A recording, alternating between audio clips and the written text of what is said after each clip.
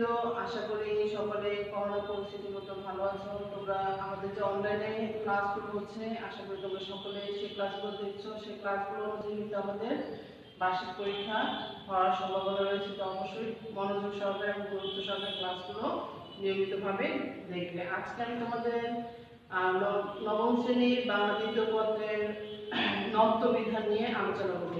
শিরোনামটা লিখল নত্ব বিধান।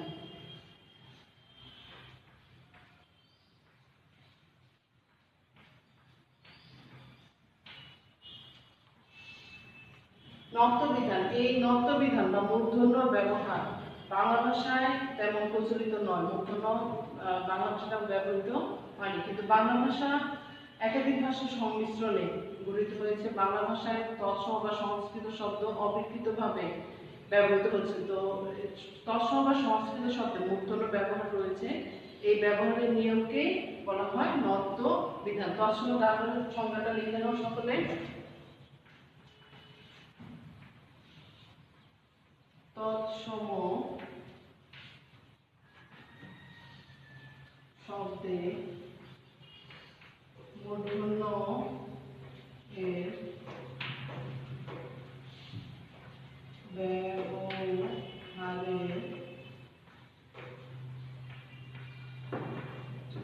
নিয়মকে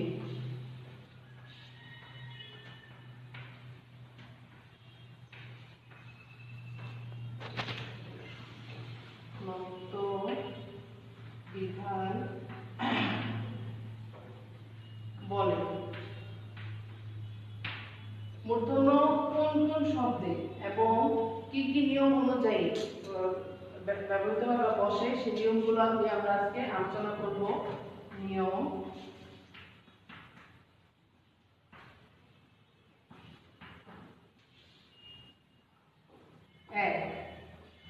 এক নম্বর হচ্ছে ট বর্গীয়। তোমাদের আমি ক্লাসে বর্গ নিয়ে আলোচনা করেছি। ক খ গ ঘ, ক খ গ ঘ ও এর প্রথম শব্দ অনুযায়ী যে বর্গটা হবে, তাহলে ক বর্গের হচ্ছে ক খ গ ঘ ও। ট বর্গের হচ্ছে তোমার ট ঠ ড ঢ মূর্ধন্য, তাহলে ট বর্গীয়।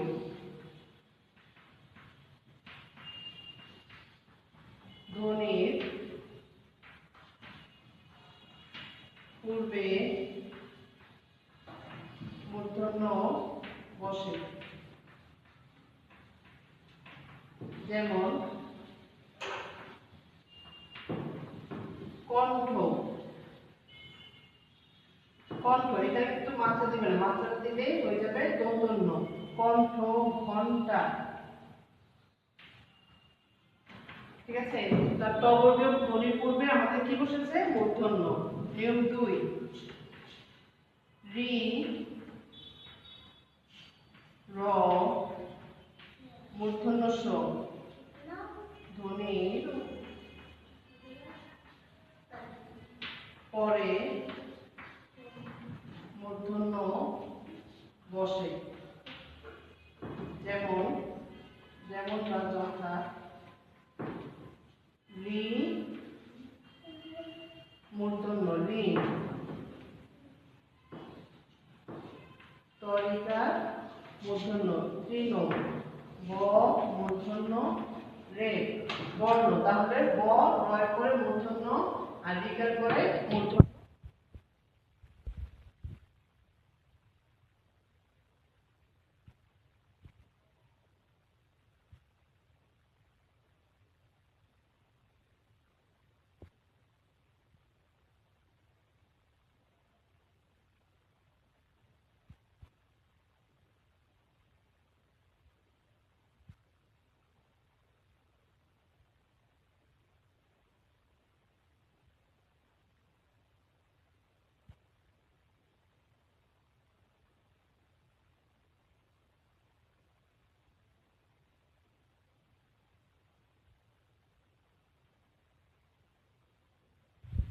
মূর্ধন্য বসে,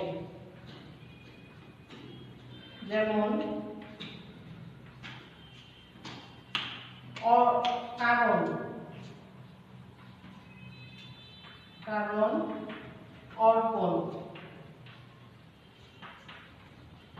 অর্পণ। এছাড়া আমাদের কিছু কিছু শব্দে স্বভাবতই মূর্ধন্য ব্যবহৃত হয়, যেমন চাণক্য মাণিক্যগণ, বাণিজ্য লবণমন, বেণুবিনা কঙ্কন কণিকা, কল্যাণ শোণিত মণি, স্থান গুণ পূর্ণবেণী, ফণি অনু বিপণী গণিকা। এই শব্দগুলোতে তোমার স্বভাবতই মূর্ধন্য ব্যবহৃত হয়। তোমরা একটু বইটা খুলে দেখে নিবে। এবং একটা কথা জেনে রাখবে, যে কোনো নিয়মেরই আবার কিন্তু ব্যতিক্রম কিছু নিয়ম থাকে, যেমন সমাসবদ্ধ শব্দে তোমার কখনোই মূর্ধন্য বসবে না, সেখানে বসবে দন্তন্য।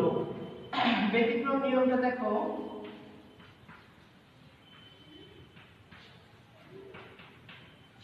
ব্যতিক্রম হচ্ছে এক, সমাসবদ্ধ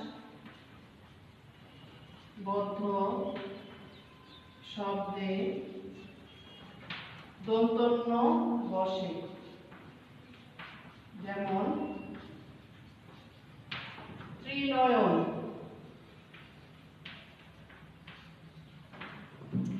আর 2 নম্বর ব্যতিক্রম হচ্ছে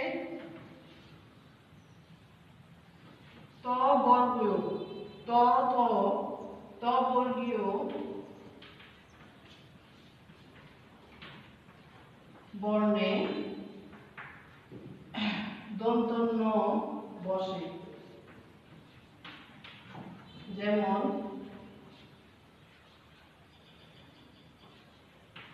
অন্ত, ন দন্তন্য যুক্ত অন্ত, গ্রন্থ।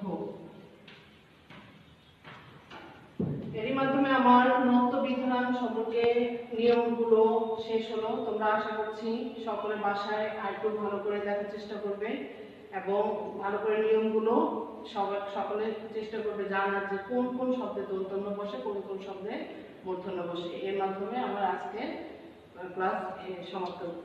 আল্লাহ।